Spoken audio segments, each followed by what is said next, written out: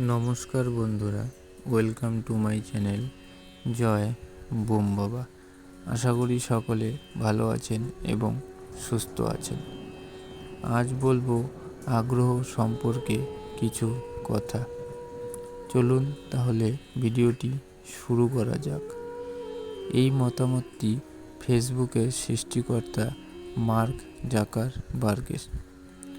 আপনার যদি কোনো কাজের প্রতি ভালো লাগা থাকে আর আপনি যদি তার প্রতি খুব বেশি আগ্রহী হয়ে থাকেন, তাহলে আপনাকে বড় কোনো পরিকল্পনার মাধ্যমে সেই কাজ জয় করার দরকার হবে না।